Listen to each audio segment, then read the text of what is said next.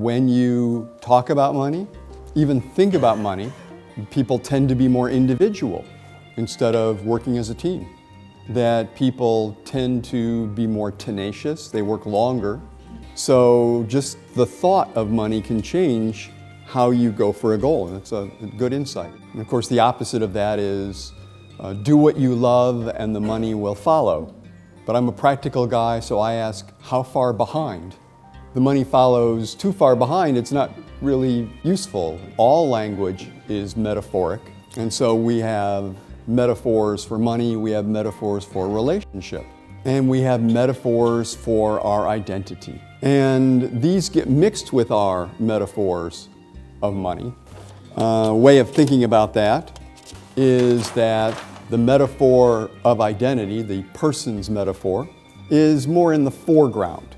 So some of you might be aware you do think of life as a journey, or that business is a game, or maybe you think that life is an artistic creation, or you may think life is a struggle, but that one's worth changing.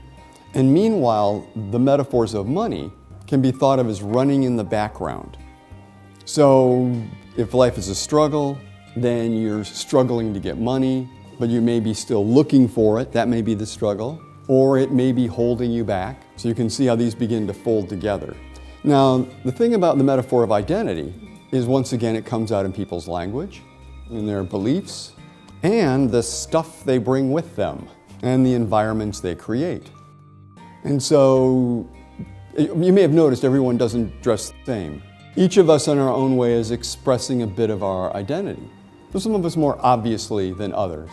Maybe you've met the person who thinks of life as a rugged adventure, right? And they've got like the Timberline boots, blue jeans, and the flannel shirt, even when they're going to the shopping center in the city. Or someone else, it might be more subtle, that they think life is a game, and like a casino, like the movie Casino with Robert De Niro, something like that. So they just kind of, with the eyes, they just look, scope out the situation. You may not want to work for these people, but you know what I'm talking about. The kind of metaphor you have in mind is shaping your behavior. And I'm saying all this as a suggestion that this evening, when you go back to your home, your apartment, perhaps for a second, when you've opened the door, you can pause and, who lives here? And I know you can say, I live here, but not yet. But to look around and to see what this place and what it has says about the occupant. So for example, in my place there are many pictures, artwork, in different sizes and shapes. And you very quickly realize they are from all over the world. So when we had movers bringing in bookcases for me, the mover, who was a big fellow, but a happy fellow, and they're putting the bookcases in my study. 10 floor-to-ceiling bookcases in antique mahogany, with then windows that look east towards the lake. I only tell you that because now you know something about me, right? And the mover, he finishes putting the bookcases in, and he turns to me. He says, I very much enjoy seeing your wife's art collection from her travels around the world. And I said, well, a couple of those are mine. And he goes, yeah, a couple.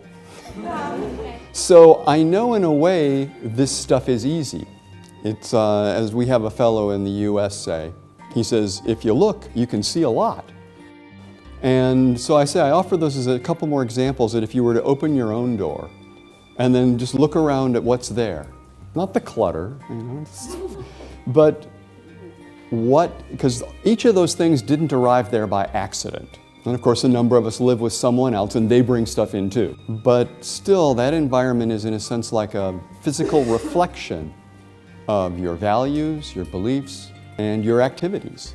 And they would suggest the metaphor of identity, or metaphors, that you want to live, that you are living, that you aspire to live.